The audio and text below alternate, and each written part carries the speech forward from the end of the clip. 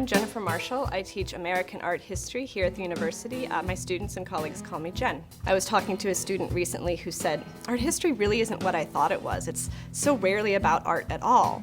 And this made me realize that the revolution that's happened to that word art over the past century.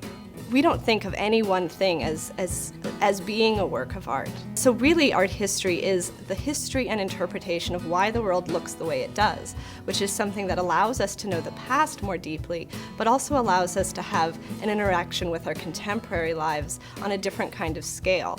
This always comes back to me when students say, I can't even ride the bus anymore without thinking art historically.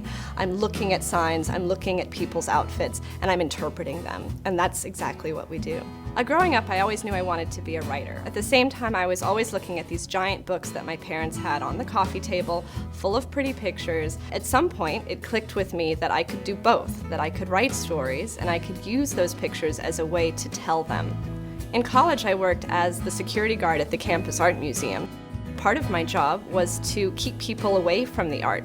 And that was a hard job because I knew when people were reaching out to the art that they had been touched by it, that they wanted to know more, and they were compelled to reach fingers towards surface. I hated that part of my job, and I think in some ways my career now as a teacher is making up for all of that, is getting students to come closer, to reach out to the work of art. In the lecture hall, at the podium, I'm always asking students, what do you see? What do you think? How do you react to this? How does it make you feel? We are constantly making novel interpretation. Students have new ideas about artworks I've seen dozens and hundreds of times, and they bring freshness every semester. So this semester I'm teaching Photonation. This is the history of American photography. We look at a lot of sort of masterworks of American photography. In the daguerreotype unit, we talk about Matthew Brady's iconic photograph of Walt Whitman. We also look at Edward Curtis's iconic portrayal of the Native American. We spend a lot of time talking about the Farm Security Administration, and within that also the much beloved and well-known photograph by Dorothea Lange, Migrant Mother. In the later 20th century, in the 1960s, we look at the photography of the civil rights movement, really dissecting those images of fire hoses and German shepherds to understand what sort of rhetorical work those images did.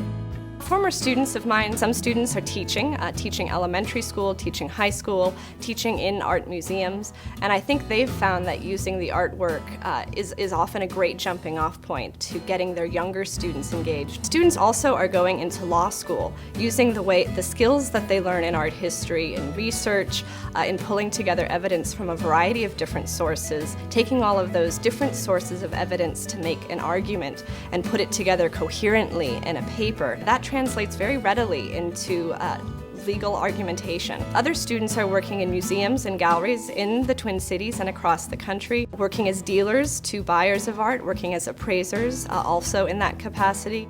I think one of the things that students gain in art history and in humanities courses in general, and in CLA, is an appreciation of the work and the excitement around discovery. The idea that an artist doesn't know how their work is going to turn out, how a writer doesn't know the meaning even of his own novels. It's inspirational, but it's also direction. It allows us to think about how to innovate, how to push envelopes, how to make new knowledge in the 21st century.